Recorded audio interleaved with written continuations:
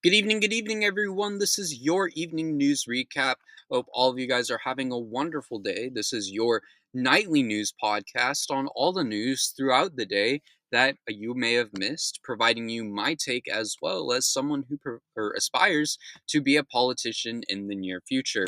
Hope everything's doing well. Today is it is June 9th, not January. And it is Monday.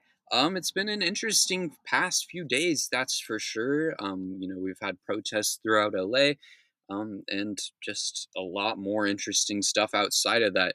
But before I start this video, just want to have a moment of silence as Nick Chubb has left the Cleveland Browns and he has signed with the Houston Texans. Thank you everyone for having that moment with me. That means a lot to me. Nick Chubb, one of my favorite players of all time, and as mentioned on multiple occasions now, I am a Cleveland Browns fan, although I live in California. So, broke my heart to see that one today. But yeah, I hope all you guys are doing well. We've got a lot of news to cover today, so let's get right into that one. In a bit of a change, switching up from the normal opening up with the Trump administration segment, we're going to open up with a segment on the LA protests today and yesterday, and the day before that, really for the past almost 4 days now. Protests have exploded across LA and the surrounding areas, and it's been very clear that um, it's not going well. It's not too hot in all honesty. Um, but let's get right into it. Um, so this is going to be covering news from today and yesterday. No episode yesterday, of course, because I was sick. So we're just gonna get right into it, covering the news from both today and yesterday. The first topic we have is Trump thanks the National Guard even though they hadn't yet been deployed. In a True Social post, Trump had thanked the National Guard, even though it had, still been remained unclear if they were on site or not. Reports after came out that they had not been on site yet. According to the LAPD, protests stopped without issue, and no National Guard troops were on site at the time. But in a True Social post, Trump wrote, "Great job by the National Guard in Los Angeles. After 2 days of violence, clashes, and unrest, we have an incompetent Governor Newsom and Mayor Bass who were, as usual, unable to handle the task." In the same True Social post, Trump announced that masks wouldn't be allowed in protests. In his post, he wrote, "These radical left protesters by instigators and often paid troublemakers will not be tolerated. Also, from now on, masks will not be allowed to be worn at protests. What do these people have to hide and why?" Trump doesn't have the power to do so. I believe that would be insane just to ban people from wearing masks at a protest. But if this is going to be the case, why do ICE agents get to wear masks? What do they have to hide and why? The hypocrisy is absolutely insane. As for the National Guard, of course, they're now on site, and they're doing their thing. But Trump likely wanted a chance to declare martial law. And he still might want one. I'm going to be 100% honest. He met with top advisors to discuss the topic, and he sent in the Marines because of that. We'll have more news on that shortly. But it's been an interesting past few days, that's for sure. I'm not religious by any means, but I have prayed a fair bit. So we're all just hoping for the best, because I don't think any of us wants to see the worst out of this situation. I don't believe anyone has died yet, but it I would not be shocked to hear that has happened. I mean, these situations have been insane, and it all needs to stop. Truly, not the protests, but the ICE detainments, and how people have been treated. I mean, people are being shot. They're being hit with inflammants. They're being shot with tear gas. It is an insane situation, which we have more to get into. So we'll continue. In other news, LA is set to have 30 days of ICE enforcement. California officials have been told to prepare for 30 days of ICE enforcement in the LA area, according to Representative Nanati Baragan. She argued that Trump's move to dispatch the National Guard could aggravate tensions ahead of heavy ICE activity. She told CNN, We've been told to get ready. 30 days of ICE enforcement. So, 2,000 troops are there for that enforcement. This is a concern. I mean, it's going to escalate the situation. People are going to protest because they're angry about the situation. And we just have to reiterate that people to do it peacefully to make sure not to do any violence. We actively condemn violence. This is going to escalate the situation, and we shouldn't allow it. If we want success, protests need to remain nonviolent. There's a reason why troops are being sent in. Trump wants an excuse, so don't give him one. Stand strong and speak out, but stay peaceful. Moving on, Newsom has confirmed that he is going to sue the Trump administration. Gavin Newsom has announced that California will sue the Trump administration after they deployed the state's National Guard against its own people. In a post on Twitter, he wrote, Donald Trump is putting fuel on the fire. Condemning the state's National Guard without consulting the governor of that state is illegal and immoral. The National Guard, or the California, will be taking him to court. In a follow-up post on Monday morning, Newsom said Trump illegally acted to federalize the National Guard, adding, "We're suing him." Newsom's office confirmed that he spoke with Trump for 40 minutes, but did not confirm if it was before or after the deployment. California needs to make a stand. Our state contributes so much to this country, and we truly do not get enough back. Trump has no right to take over the National Guard and use it against Californians. It is sick and disgusting. Holy. Neither ICE nor Trump have a place in the state of California, and both need to stay far, far away. This is an insane situation, and it needs to stop. In more crazy news, an Australian news reporter has been shot at. An Australian news reporter was covering the protests in LA and was shot at with a rubber bullet when talking about the protests. A video from 9 News in Australia showed Lauren Tomasi yelling in pain and grabbing her leg after an officer directly looked at her and the reporter while she had her back turned and opened fire. There is no other way to explain that. If you haven't seen the video, I recommend you go watch it because that is exactly what happened. This reporter was covering the news and she was looking in the camera, and in the background you can see the officer turn towards her and directly raise his gun at that reporter and shoot her in the leg. Granted, it was a rubber bullet, but he still shot her.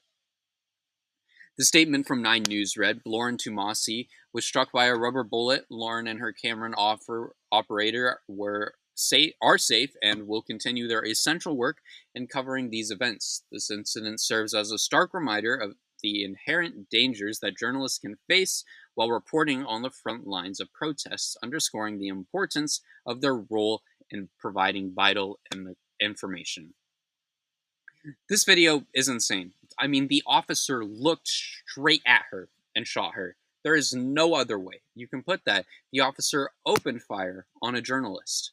Whoever did that needs to be fired as soon as possible. I mean, how dumb do you have to be? Imagine if that was a live round. Imagine if a United States police officer or law enforcement officer had shot an Australian reporter who was reporting on a situation, not doing anything to impact it.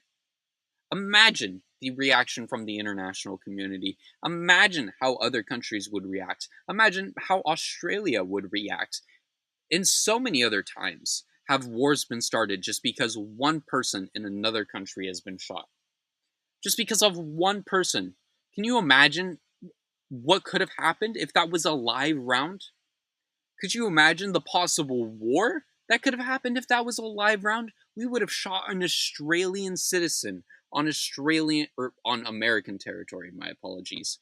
That is insane. What world are we living in where in the United States we have police officers actively shooting at reporters from a different country? This is crazy. What is this situation? What is happening? It is wild.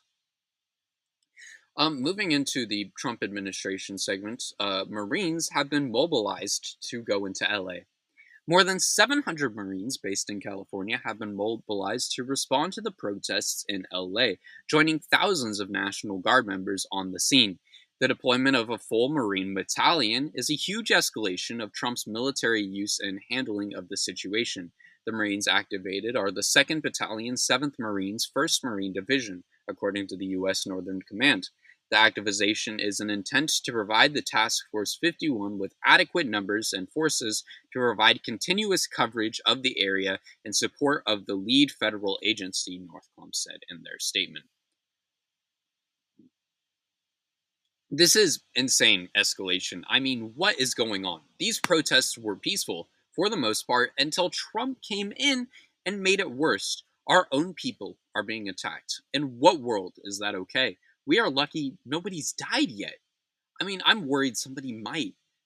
I don't even want to know what would happen if somebody does. I mean, justice and freedom for LA. If you are protesting, please keep speaking out, but be safe and be smart because this is a horrid situation. If you see violence, please turn the other way. I know there have been videos of rocks being thrown on police cars and so many other things, but truly here, we need to make our voices heard without getting people arrested, without making us look like the bad guy, because that's what we're doing.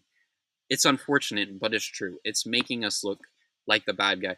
And another request, because I'm seeing these videos, and I think it's great that we're seeing so many Mexican flags, so many Palestinian flags, and so many flags from other countries. That is a great, wonderful, beautiful thing.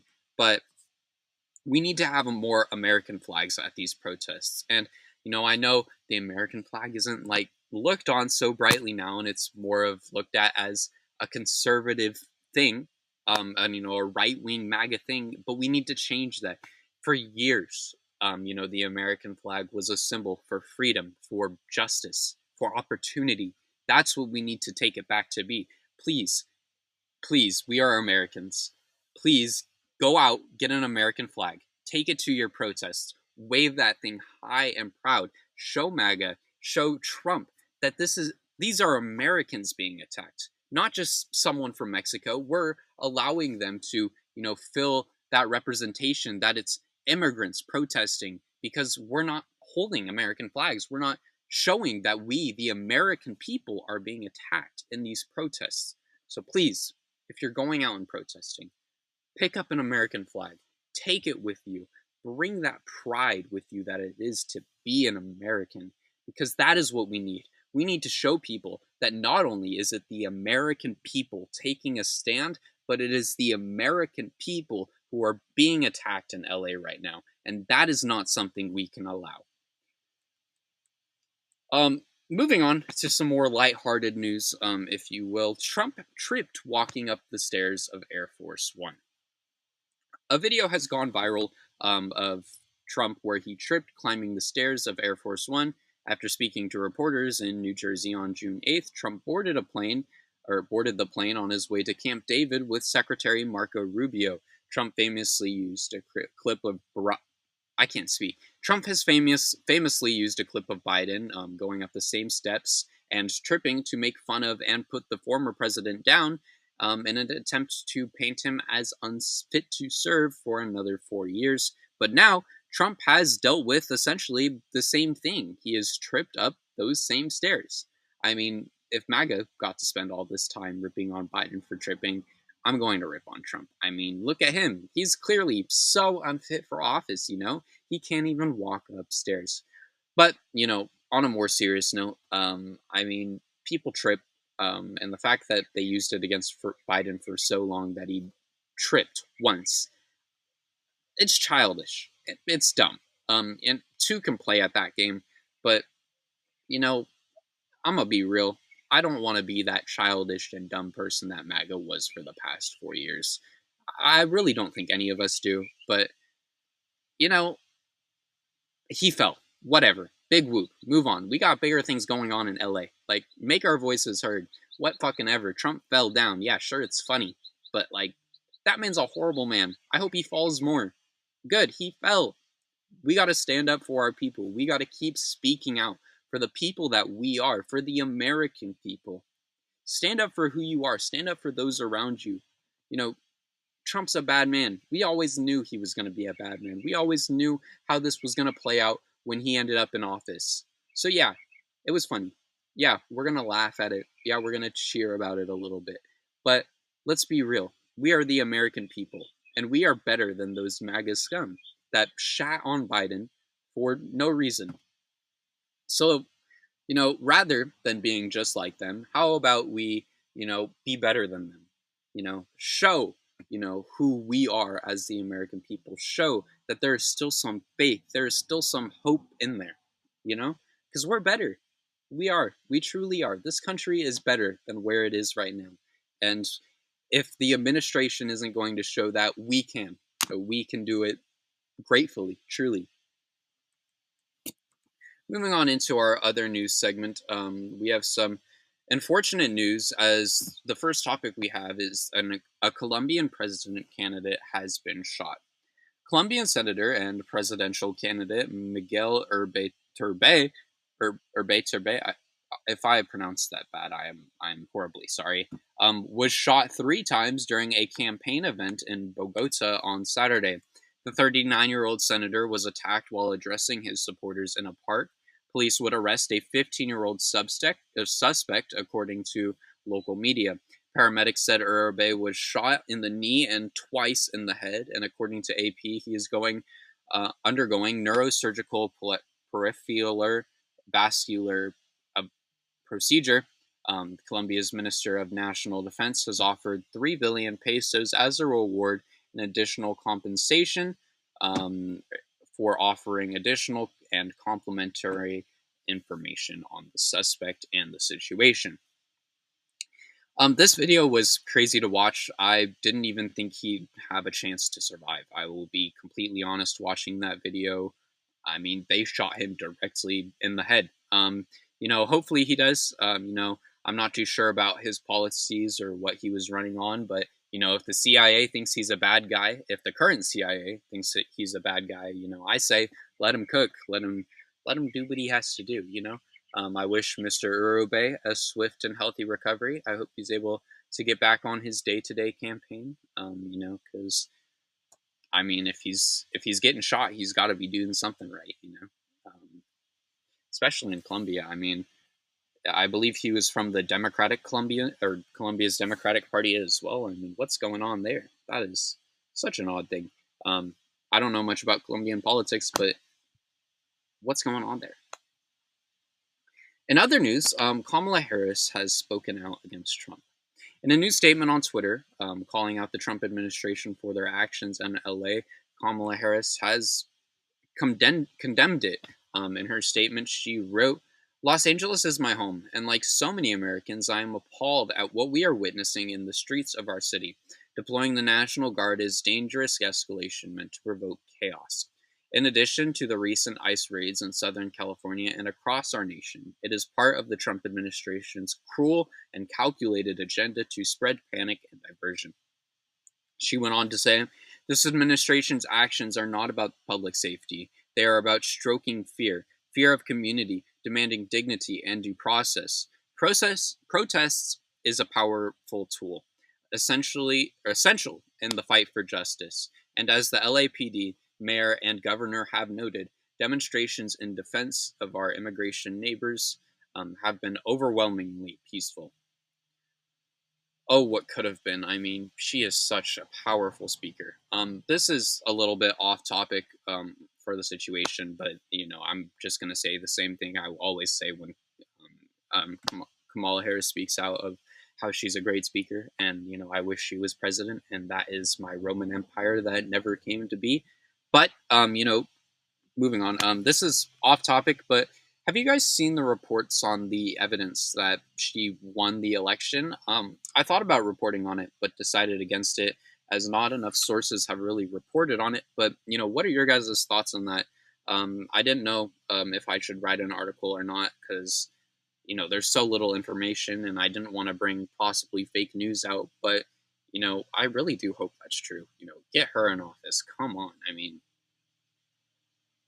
I don't even want to deal with this Trump bullshit anymore. I mean, I wish Kamala Harris was in office right now. The country we could have.